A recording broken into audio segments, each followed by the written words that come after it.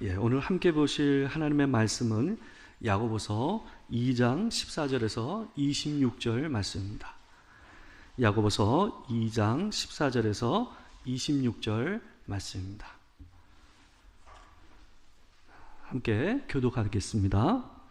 내 형제들아, 만일 사람이 믿음이 있노라 하고 행함이 없으면 무슨 유익이 있으리요? 그 믿음이 능히 자기를 구원하겠느냐? 만일 형제나 자매가 헐벗고 일용할 양식이 없는데 너희 중에 누구든지 그에게 이르되 평안히 가라, 덥게 하라, 배부르게 하라 하며 그 몸에 쓸 것을 주지 아니하면 무슨 유익이 있으리요? 이와 같이 행함이 없는 믿음은 그 자체가 죽은 것이라. 어떤 사람은 말하기를 너는 믿음이 있고 나는 행함이 있으니 행함이 없는 내 믿음을 내게 보이라. 나는 행함으로 내 믿음을 내게 보이리라 하리라. 내가 하나님은 한 분이신 줄을 믿느냐? 잘하는도다. 귀신들도 믿고 떠느니라. 아, 허탄한 사람아, 행함이 없는 믿음이 헛것인 줄을 알고자 하느냐?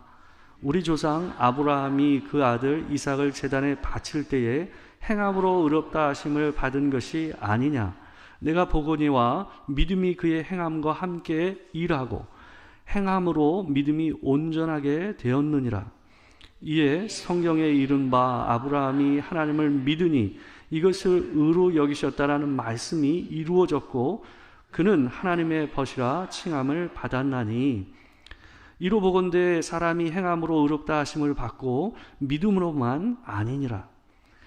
또 이와 같이 기생 라합이 사자들을 접대하여 다른 길로 나가게 할 때에 행함으로 의롭다 하심을 받은 것이 아니냐. 다 같이 읽겠습니다. 영혼 없는 몸이 죽은 것 같이 행함이 없는 믿음은 죽은 것이니라. 아멘.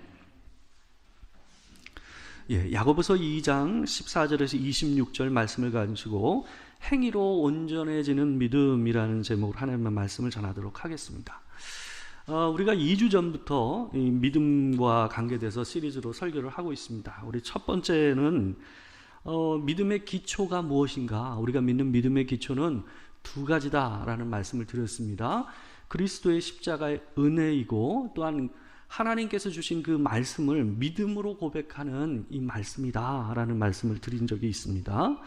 이 지난주에는 두 번째 이 믿음에 대해서 믿음은 영적인 눈이다라는 말씀을 드렸어요. 그래서 이 믿음이 있으면 우리가 세 가지를 보게 된다라는 말씀을 드렸습니다.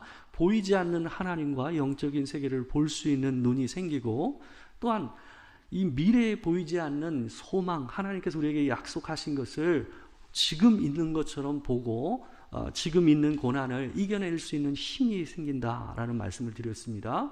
그리고 마지막으로 우리가 예수 그리스도를 살리신 그 부활의 능력이 우리의 삶 가운데 함께한다라는 것을 눈으로 보고 살게 하는 역할을 하는 것이 믿음이다라는 얘기를 여러분에게 말씀드렸습니다. 오늘은 이 믿음의 세 번째 주제로 이 행위로 온전해지는 믿음이라는 주제에 대해서 우리가 생각해 보고자 합니다. 이 하버드 대학교 심리학과 교수였고 이 현대 심리학의 아버지라고 불려졌던 윌리엄 제임스라는 사람이 있습니다. 이 윌리엄 제임스라는 사람이 이런 말을 했습니다. 생각이 바뀌면 행동이 바뀌고, 행동이 바뀌면 습관이 바뀌고, 습관이 바뀌면 인격이 바뀌고, 인격이 바뀌면 우리의 운명이 바뀐다라는 말을 했어요. 이 말은 현대인들에게 굉장히 큰 영향력을 미쳤습니다. 그래서 많은 사람들은 오랜 세월 동안 긍정적인 생각을 하는 것이 자기 인생에 있어서 굉장히 중요한 역할을 한다라는 믿음을 가지고 살았어요. 그래서 긍정적인 생각을 많이 해야 그것이 우리의 삶이 된다라는 얘기를 여러분 굉장히 많이 들으셨죠? 많은 이 자기개발과 관계된 책들에서 이런 얘기를 해왔죠.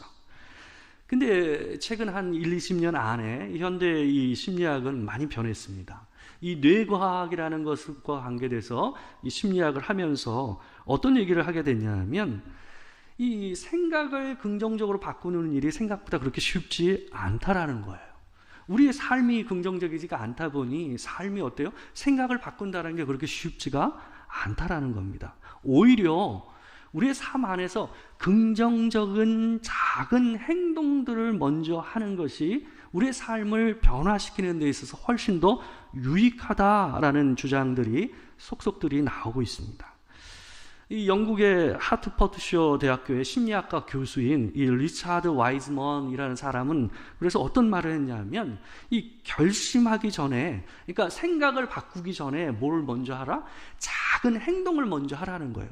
그 행동이 뭐냐 하면 자기에게 긍정적인 이 힘을 일으킬 수 있는 작은 행동, 큰 거 말고 아주 작은 행동 하나를 갖다가 하게 되면 사람이 바뀌는 일들을 우리가 경험하게 된다는 거예요. 내가 그 행동 하나로 자기를 인식하는 게 달라지게 인식을 한다라는 얘기를 합니다. 그래서 행동을 하고 행동을 바꾸고 나서 생각하라라는 것이 현대 심리학에서 얘기하고 있는 얘기입니다. 그만큼 우리의 행동이 우리 자신에게 미치는 영향력이 크다라는 것이 오늘날 많은 학자들이 얘기하고 있는 얘기다라는 거예요.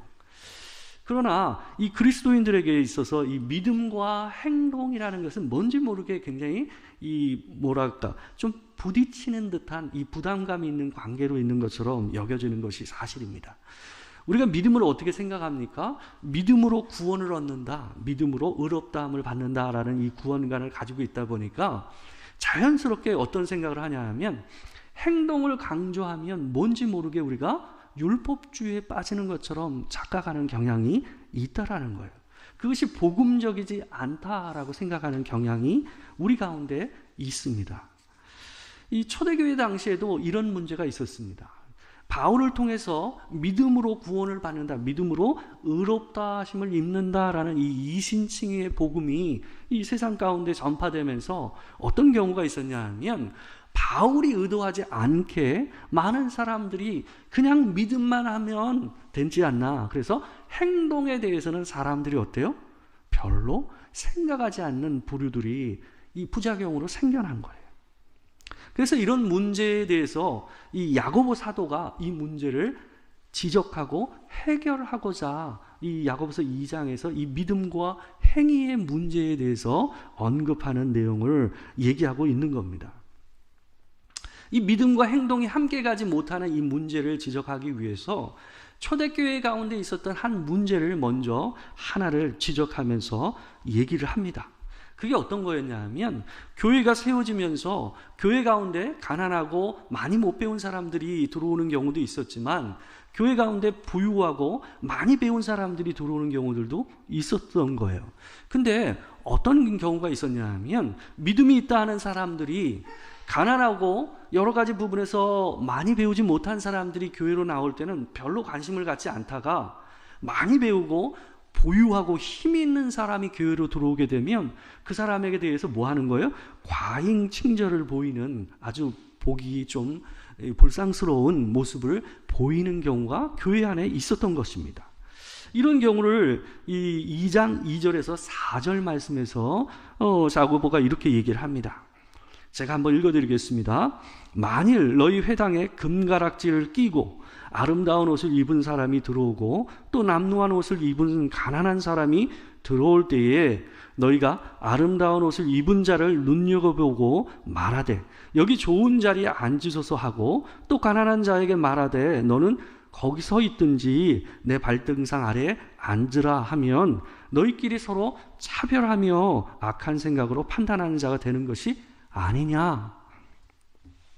야고보 사도는 가난한 자와 부한 자를 차별하는 이 태도가 우리가 가진 하나님을 믿는 믿음과 부합하지 않는 것이다 라고 얘기하는 거예요. 마치 검은 양복에 흰 이 운동화를 신은 것 같이 어울리지 않는 모습을 얘기하고 있어요. 그래서 2장 1절을 보게 되면 야고보 사도가 이렇게 얘기합니다.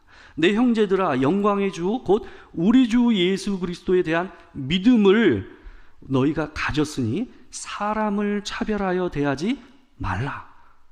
이 둘이 어울리지 않는다라는 거예요. 왜? 우리가 받은 이 복음의 은혜와 구원의 은혜가 어떤 것이기 때문에 오늘 본문 5절에서 얘기하고 있어요. 우리가 받은 은혜가 이거라는 거예요.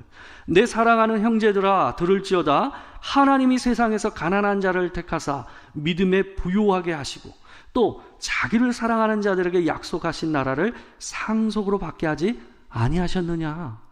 하나님께서는 차별 없이 오히려 가난하고 힘이 없는 자들에게 먼저 하나님의 복음이 들어가고 귀신 들고 병 들고 힘없는 자들에게 주의 복음을 먼저 전하셔서 그들을 살리는 일을 했는데, 너희는 그것과 정반대의 모습으로 사람을 차별하고 있으니 이것이 어떻다라는 겁니까? 너희가 믿는다고 하는 그것과 너희가 실제로 행하는 행위가 어떻다라는 거예요? 두 개가 어울리지 않는다라고 얘기를 하고 있는 겁니다. 오늘 우리가 읽은 본문 14절에서 보게 되면 믿음이 있노라 하고 행함이 없으면 이라는 표현이 나옵니다. 믿음이 있노라 하고 행함이 없다라는 말은 무슨 말이냐 하면, 이 말은 믿음이 있으면서 행함이 없다라는 단순한 그런 표현이 아니에요. 여러분, 사람들은 행하지 않고 사는 사람이 없어요. 모든 사람이 인생이 살아있다라는 것은 그 삶 안에 뭐가 있다는 거예요? 행위가 있다는 거예요. 행동이 있어요. 살아있는 사람들은 어떤 행동도 하고 삽니다. 근데 여기서 믿음이 있으면서 행함이 없다라는 이 말의 의미는 뭐냐 하면, 믿음이 있는데 그 믿음과 어울리는 행위가 없다라는 거예요. 믿음은 분명히 있는데 그 믿음과 연결돼서 나와야 될 자연스러운 행동이 없는 것을 믿음이 있노라 하고 행함이 없으면 이라는 이 표현으로 쓰고 있는 겁니다. 이 문제는 우리가 차별 없이 사랑하시고 구원하시는 예수 그리스도를 믿는다라고 얘기하면서 실제 삶 가운데 자기는 사람을 차별하고 구별하는 일을 하고 산다라는 거예요. 예수님께서는 이런 문제를 예수께서 사역하실 때도 지적하시면서 얘기하신 적이 있었어요. 누가복음 6장 43절에서 46절 말씀을 보게 되면 예수께서 모여있는 무리들을 향해서 이렇게 얘기를 하셨습니다. 우리 이 부분을 같이 한번 읽어보겠습니다. 자, 시작. 못된 열매 맺는 좋은 나무가 없고 또 좋은 열매 맺는 못된 나무가 없느니라. 나무는 각각 그 열매로 아나니 가시나무에서 무화과를 또는 찔레에서 포도를 따지 못하느니라. 선한 사람은 마음에 쌓은 선에서 선을 내고 악한 자는 그 쌓은 악에서 악을 내나니 이는 마음에 가득한 것을 입으로 말함이니라. 너희는 나를 불러 주여 주여 하면서도 어찌하여 내가 말하는 것을 행하지 아니하느냐. 예수님께서 얘기하신 것은 간단히 얘기하면 이런 겁니다. 굉장히 많은 사람이 예수님을 따랐단 말이에요. 근데 그들이 늘 예수님께 뭐라고 했어요? 주님, 주님 하면서 따랐단 말이에요. 너희들이 나를 주님, 주님이라고 얘기하면서 정작 너희들은 내가 하는 말을 따라서 왜 살지 않느냐라고 예수님께서 그들을 향해서 반문하신 거예요. 야고보는 그런 믿음은 없다라고 얘기하는 거예요. 무화과 나무면 무화과가 열매가 맺혀져야 되고 이 포도나무면 포도가 열려야 되는데 무화과 나무라고 얘기하면서 가시가 계속 돋쳐지고 있다고 한다면 너는 무화과 나무가 아니고 뭐라는 거예요? 가시나무라는 거예요. 그 얘기를 하고 있는 거예요. 야고보 사도가 이 본문에서 문제 삼고 있는 것은 믿음으로 구원을 받는다, 이 구원의 교리에 토를 달고 있는 게 아니에요. 야고보도 동일하게 그 믿음으로 구원을 받았어요. 근데 문제는 뭐예요?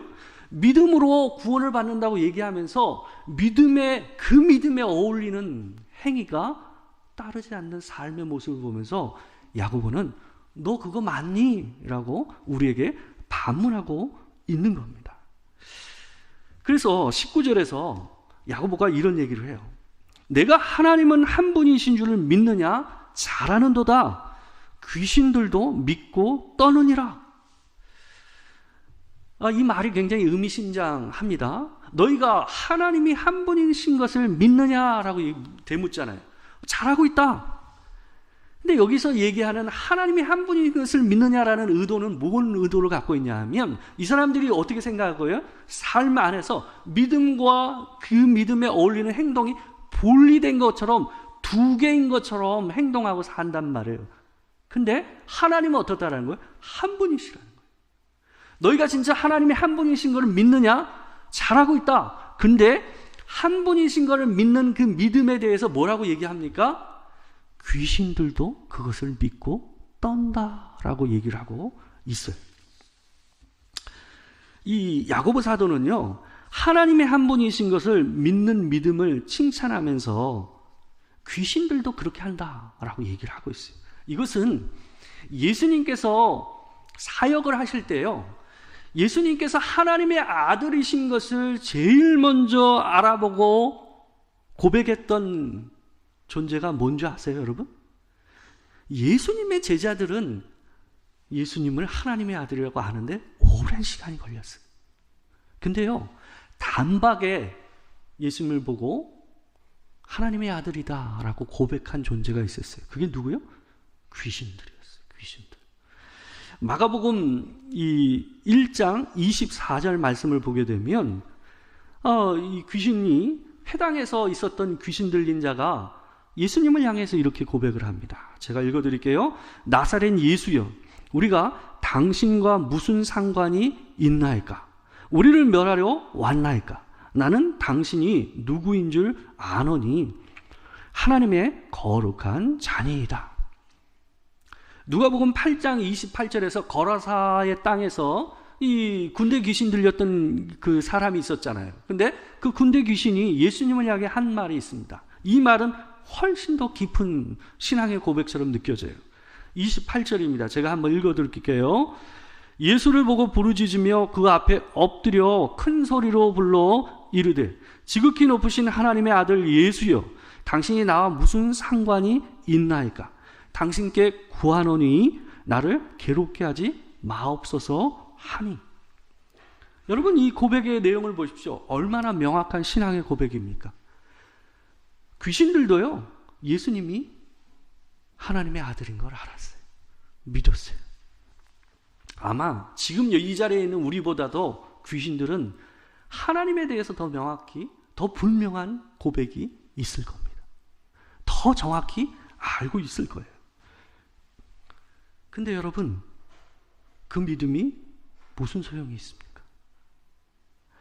여러분, 무당들도요, 우리보다 더 하나님의 존재를 명확히 합니다. 여러분, 무당들이 왜 예수 믿는 사람들이 그 굿을 치는 자리에 함께 있으면 굿이 안 된다고 얘기하겠어요? 무당이 더 알아요. 정확히 알아요. 하나님이 존재한다는. 귀신보다 하나님이 더 세다라는 것을 무당은 알아요.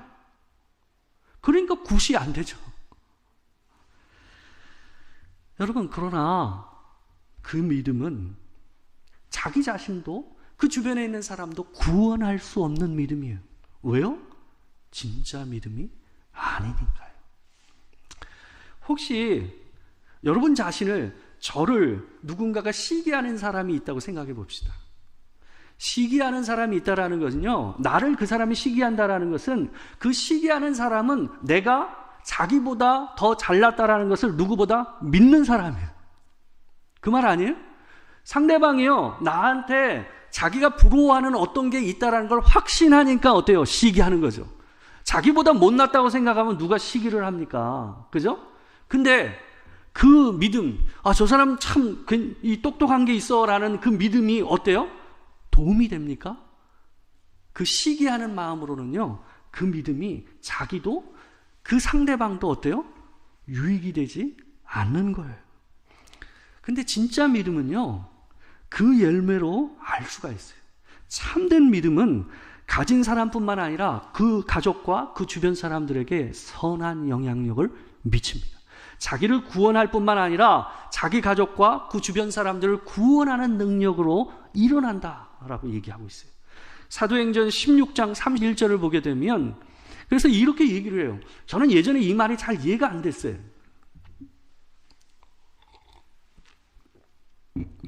왜 내가 믿는데 내 가족이 구원을 받는가? 16장 31절에서 이렇게 얘기합니다. 주 예수를 믿으라. 그리하면 너와 내 집이 구원을 받으리라. 내가 하나님을 진실함으로 참되게 믿는 신앙을 가지고 있으면 그 믿음이 나를 구원할 뿐만 아니라 그 구원하는 은혜의 능력이 누구에게? 내 가족에게 영향을 미친다라는 것을 성경에서는 얘기하고 있습니다. 내가 진짜 믿음을 가지고 있으면. 그것이 우리의 믿음의 열매라고 얘기하고 있습니다.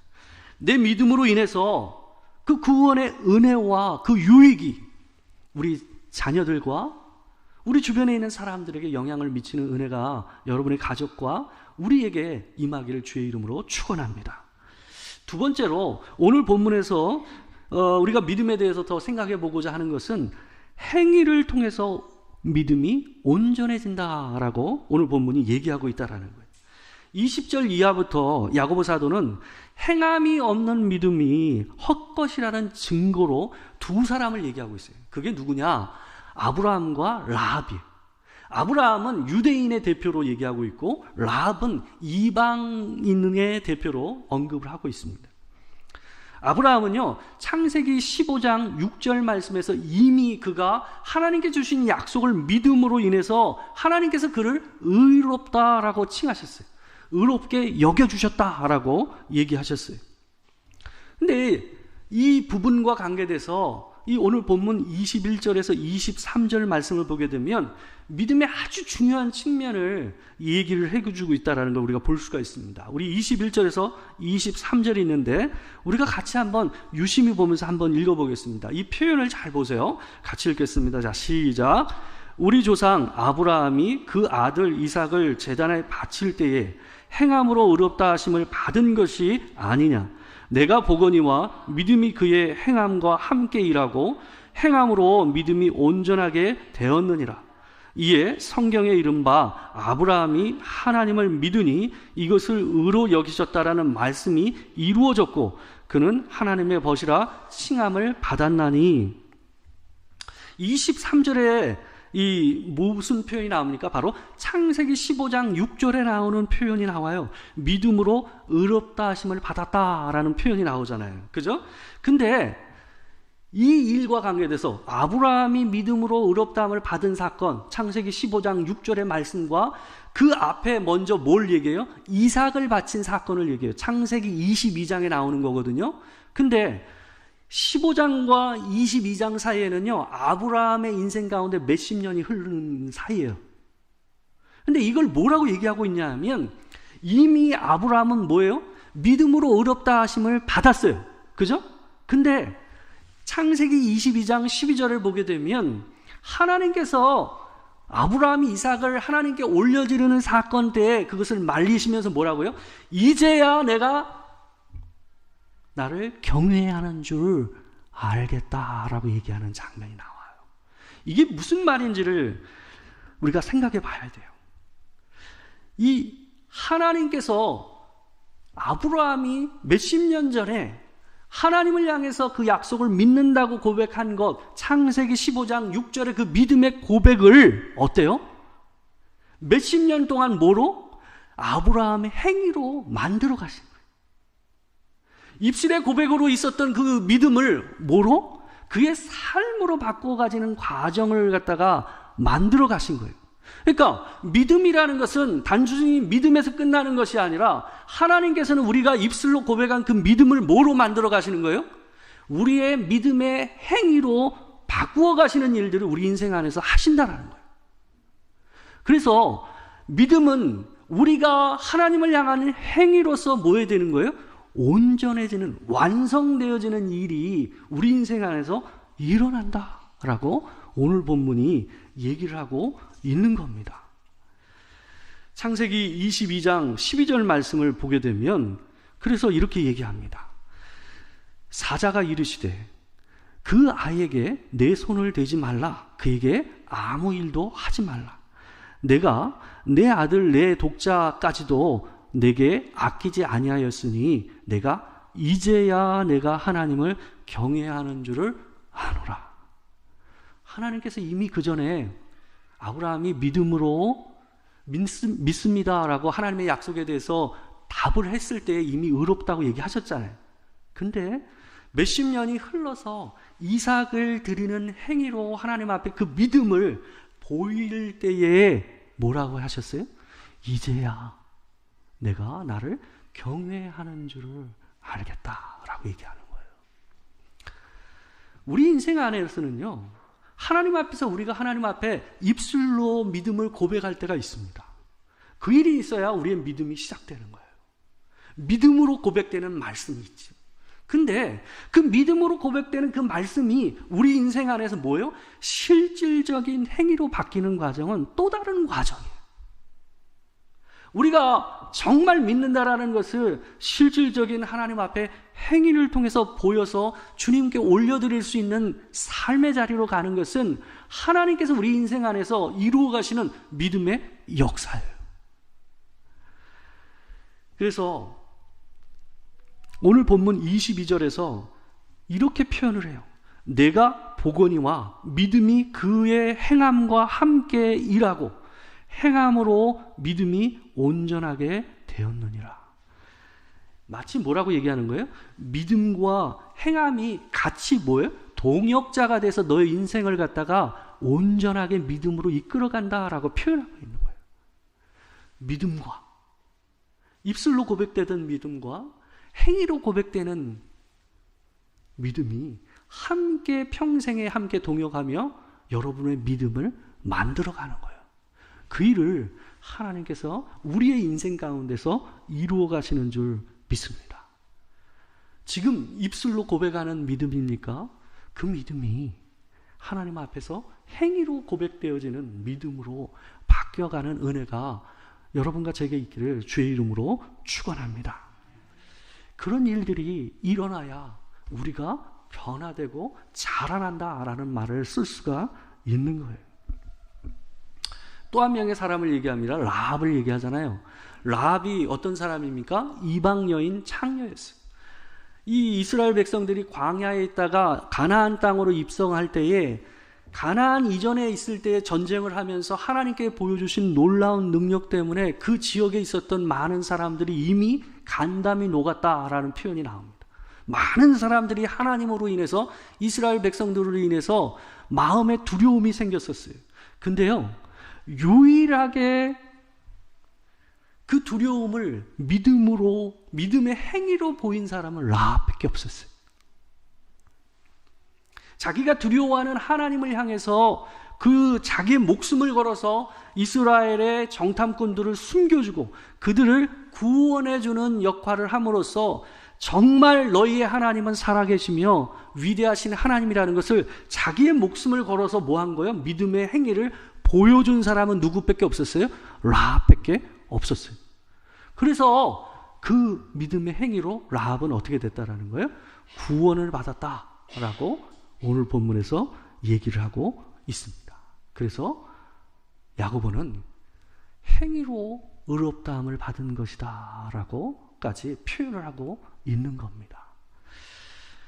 우리가 하나님 앞에서 참으로 고백하는 그 하나님이 나의 행위를 통해서 온전하게 고백되어지는 일이 일어남으로 인해서 우리와 내 자신과 우리의 가족들 안에 또한 우리 주변의 이웃들에게 그 구원의 은혜가 흘러가서 우리뿐만 아니라 내 주변에 있는 많은 사람들에게 구원의 은혜로 유익을 끼치는 은혜가 우리 가운데 있기를 주의 이름으로 축원합니다. 우리 함께 기도하겠습니다. 사랑하는 주님,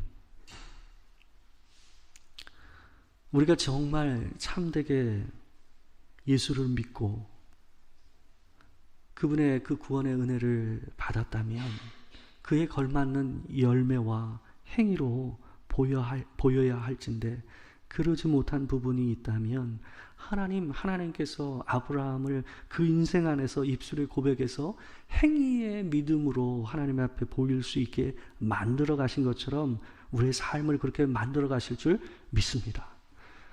단지 입에서 끝나는 믿음이 아니라 행위로 때로는 내 가장 소중한 것을 걸어서 그 믿음을 표현할 줄 아는 라합의 믿음처럼 하나님 앞에 올려드릴 수 있는 믿음이 우리 가운데 있게 하여 주시옵소서. 그래서 그 믿음을 통해서 우리의 자녀들도 우리의 이웃들로 우리로 인하여 구원을 얻는 그 복을 함께 누리게 하여 주시옵소서. 지금은 우리 주 예수 그리스도의 은혜와 하나님 아버지의 크신 사랑과 성령의 교통하심이 진실로 하나님 앞에서 행위로 온전해지는 참된 믿음으로 성장하고 자라나기를 소망하는 이 자리에 있는 모든 성도들과 함께하지 못한 모든 성도들 가운데 지금으로부터 영원토록 함께하실 것을 축원하옵나이다. 아멘.